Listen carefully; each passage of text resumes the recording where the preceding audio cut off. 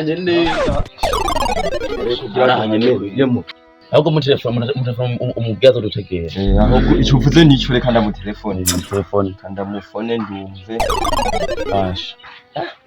ari umutima cyane ega twashitse hamwe ku musigiti wo turahabona twashitse amayinite araheze na takwishyuye yego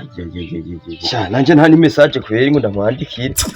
sha nta ni message ahubwo zatwa umuntu tuma amayinite nafise igihumbi ngaha noneho tutuma ndeka sha tumubona ko tutahamenyereye bihava bigenda guta kari ngora abandi tukanda twe n'umwana bane yobazi nano wadaneza amayinite we kadogo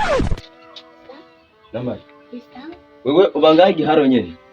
none ntumbona n'ingene ndambaye urumya kikweri igiharo hateye imbere ndagiwa none kadogo tutwara aho batandaritse amayinite umubwo ntawo mwomenya zananje kubaguriramo dushobora gucorera aho hene zana ayo mahera shatu murungikire turabe idiri yo bikunda nja kubazanira kw'isoko dusanga hanyene uzane igihumbi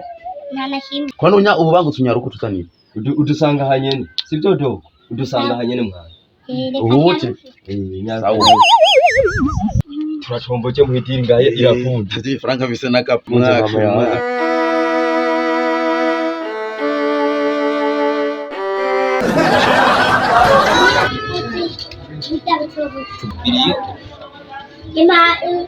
none twamajana munani sawa hinge naenda biwonde oya kija tutoto sio toy sawa waharuye neza urabona kubikira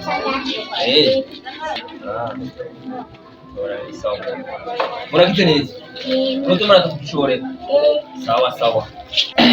mama bana bo mu gisagara mu muci wacu ngaho igiharo umwana nk'uyo none arashobora kugura ibisuguti by'amaja munani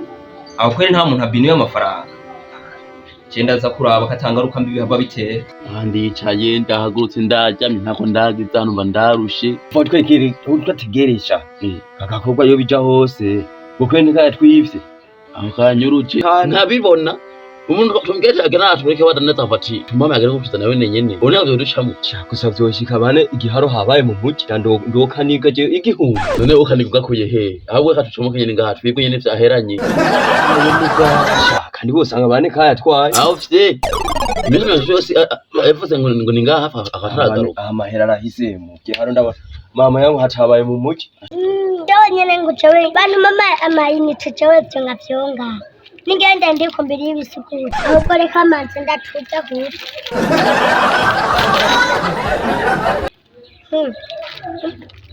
Batkoche